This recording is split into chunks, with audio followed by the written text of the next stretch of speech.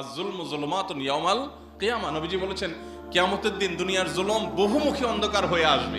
একটা ভোট জেনে শুনে অপাত্রে ভুল জায়গায়, কয়টা টাকার বিনিময়ে কিংবা সামান্য হীন স্বার্থকে ঘিরে, কিংবা আপনি ইচ্ছাকৃত হোক অথবা কোনো স্বার্থের কারণে হোক, আপনি যদি ভুল জায়গায় প্রয়োগ করেন তাহলে আপনি জুলুম করলেন। এই একটা জুলুম কিয়ামতের দিন আপনার কাছে বহুমুখী অন্ধকার হয়ে উপস্থাপিত হতে পারে। এজন্য আল্লাহর ভয় আমাদের মধ্যে সর্বাগ্রে থাকতে হবে, দায়িত্বশীলতার বোধ আমাদের মধ্যে থাকতে হবে এবং আমানতদারিতার বোধ আমাদের মধ্যে থাকতে হবে। তুলনামূলক ভালো মানুষটাকে নিজের ভোট দেওয়া এটা ভোটারের কর্তব্য। তুলনামূলক ভালো মানুষকে যদি আপনি ভোটটা না দেন, আপনার মতটা আপনি না দেন, তাহলে দিন শেষে কি হবে? দিন শেষে এই ন্যারেটিভ, এই মতামতের ভিত্তিতে যে ন্যারেটিভ বিল্ড হয়, যে ন্যারেটিভ প্রতিষ্ঠিত হয়, সেটা অন্যায় সমাজের মধ্যে ঝেঁকে বসার ক্ষেত্রে আরো বেশি সহায়ক হবে। দিন শেষে খারাপ মানুষরা বলবে, কই এই যে এত পার্সেন্ট ভোট পাওয়া গেছে, অতএব মানুষ তো এটাই চায়, বোঝা যাচ্ছে। আপনি যে কি চান সেটা তো আপনি বোঝাবার কোনো সুযোগ তৈরি করেন নাই। আপনি একজন সৎ, একজন ভালো মানুষকে ভোট দিতে গিয়ে যদি আপনার মনে হয় লোকটা জিতবে না, তাও আপনার কিছু আসে যায় না। তাকে জেতানো আপনার দায়িত্ব না।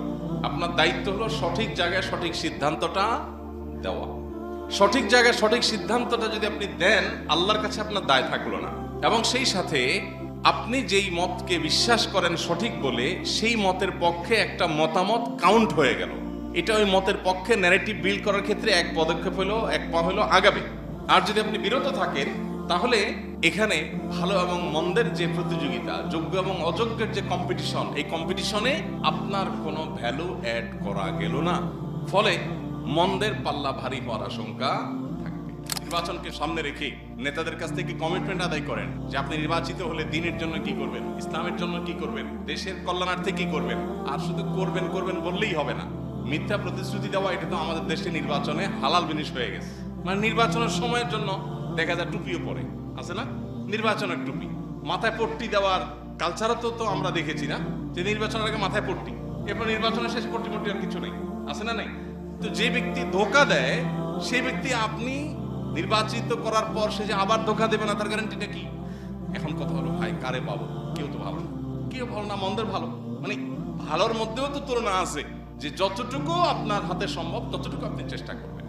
এই একটা জায়গায় আমরা দেশের মানুষ যদি সিদ্ধান্ত নিতে না পারি যে আমরা আসলে উপযুক্ত ব্যক্তি ছাড়া দেবো না, তাতে যাই হোক, আমার বাবা বলছে, আমার ভাই বলছে, আমাদের সবাই সিদ্ধান্ত নিছে, পারিবারিক সিদ্ধান্ত নিছে, এটা গুরুত্বপূর্ণ না। পারিবারিক সিদ্ধান্ত যদি সঠিক হয়, ওকে, 100 বার আমি ওয়েলকাম করবো। কিন্তু ভুল সিদ্ধান্ত যদি আমার বাবাও বলে, আমি সেই সিদ্ধান্ত মানতে পারি না।